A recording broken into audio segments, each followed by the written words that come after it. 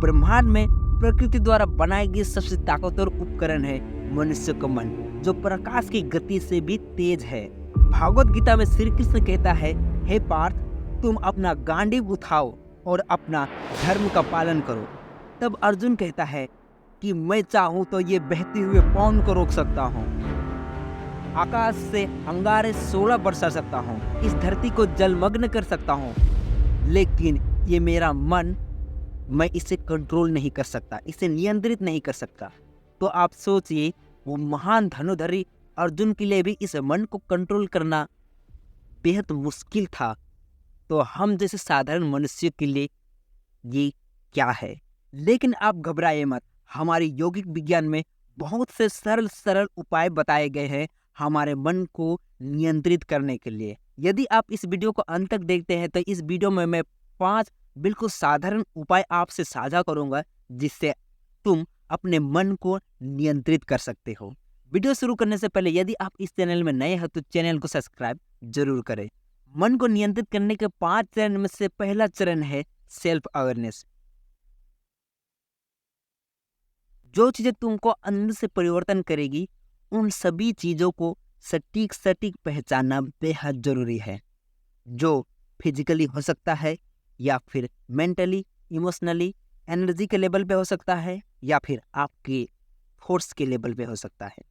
जिस कारण को बदलने से तुम्हारे फिजिकली, मेंटली, इमोशनली, एनर्जी के लेवल से बदलाव होना शुरू होगा, चाहे वो तुम्हारी डर हो, भय, या फिर शारीरिक कमजोरी, मेंटल कमजोरी या फिर इमोशनल कमजोरी, उन सभी को सटीक सटीक पहचानना बेहद जरूरी है।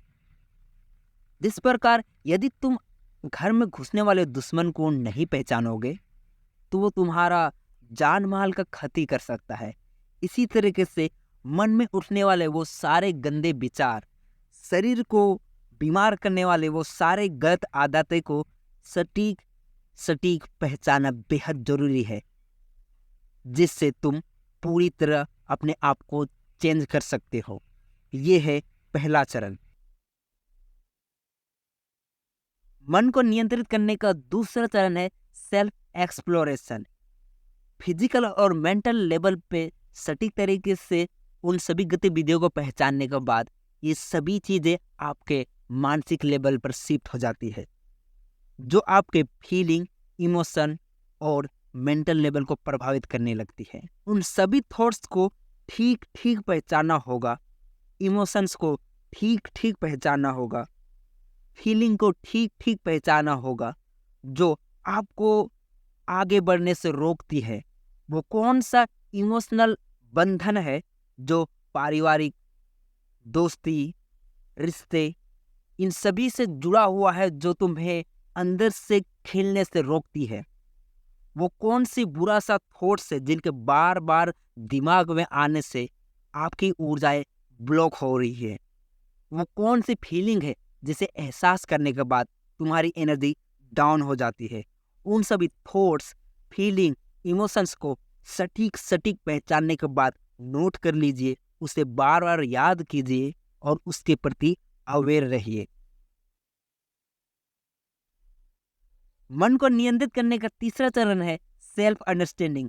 ये संभव होगा सेल्फ अवेयरनेस से और सेल्फ एक्सप्लोरेशन से।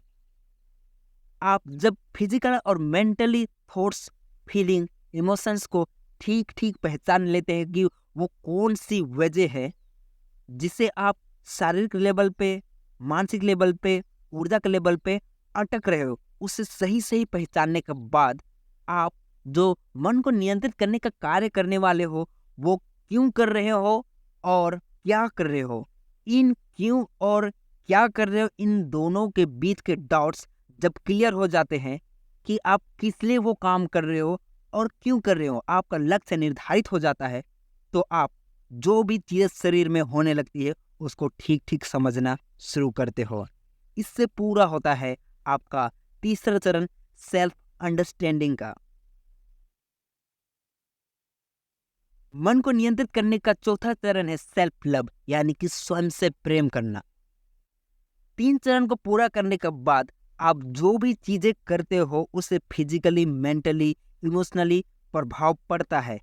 तुम्हारे जीवन में अच्छे से अच्छी घटना, बुरी से बुरी घटनाएँ जो होने लगती है, जिसका प्रभाव आपके मन में, बुद्धि में, आपके शरीर में दिखने लगता है, उसके प्रति आप कोई भी अपना सुझाव सही या गलत नहीं रखते हो। उससे जैसा है वैसा ही देखने लगते हो। जैसे संस्कृत में पतंजलि महर्षि अपने योग सूत्र में कहते हैं, तदा दृष्टु स्वरूप अवस्थानम। जो चीज़ जैसी है उसे उसी भाव में देखें। उसके प्रति अच्छा या बुरा विचार ना बनाएं और अपने आप को एक्सेप्ट करें। अपने मानसिक अवस्था को एक्सेप्ट करें, अपने शारीरिक अवस्था को एक्सेप्ट करें, अपने ऊर्जा के अवस्था को एक्सेप्ट करना बेहद जरूरी है। जो भी चीज़ें आपके साथ घटित होती है जीवन में, उन सभी के प्रति जागरूकता पूर्वक अपने इमोशंस, फीलिंग, थॉट्स, एनर्जी के लेवल पे इन सभी चीज़ों को एक्सेप्ट करना बेहद ही जरूरी है, क्योंकि तुम्हारी जिंदगी में घट रही हर एक घटना का कारण सिर्फ तुम हो। मन को नियंत्रित करने का 5वां चरण है सेल्फ ट्रांसफॉर्मेशन। यदि तुम इन चारों चरण को पार कर जाते हो तो आखिरी चरण में आपका शारीरिक, मानसिक, बौद्धिक और ऊर्जा के लेवल पे परिवर्तन होना शुरू हो जाता है। मन में चलने वाले विचार, इन सभी को ठीक ठीक पहचानने लगते हो, अपनी ऊर्जा को पहचानने लगते हो, शरीर के अवस्थाओं को पहचानने लगते हो। इन सभी 5 चरण के मदद से तुम अपने फिजिकल, मेंटल, इमोशनल, एनर्जी के लेवल पे शरीर को समझने लगते हो, तो मन में उठने वाले विचार के प्रति पूरी तरह जागरूक रहते हो, जो तुम्हें कभी भी भटका नहीं सकती। हमारे आगे आने वाले हर एक भौतिक, दैविक और भौतिक परिस्थितियों के प्रति ये मन जो रिफ्लेक्शन करती है उसे ठीक ठीक पहचान जाते हो, जिससे तुम्हारा हर एक एक्शन बिल्कुल सटीक होता है, जिससे तुम्हारा शरीर, मन, आत्मा, बुद्धि बिल्कुल एक सही तरीके से काम करता है। इसी भागवत गीता में भगवान श्री कृष्ण अर्जुन के कहता है कि मन के लगाम को पकड़ के रखो, शरीर रूपी रथ को सही पथ पर चलाने का प्रयास करो और इस बुद्धि को हमेशा स्वस्थ रखो, जो तुम्हारी रथ की दिशा को निर्धारित करती है। यदि ये तीनों, आपका मन, बुद्धि और शरीर, बिल्कुल एक दूसरे के प्रति अलाइन हो जाती है, तो आपके मन पर पूरी तरह नियंत्रण होगा। यह वीडियो कैसा लगा कमेंट से कमेंट करके जरूर बताएं।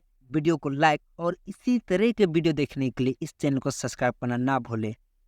इस वीडियो को अपने दोस्त और परिवार से जरूर शेयर करें। मिलते हैं अगले वीडियो में, तब तक के लिए नमस्कार।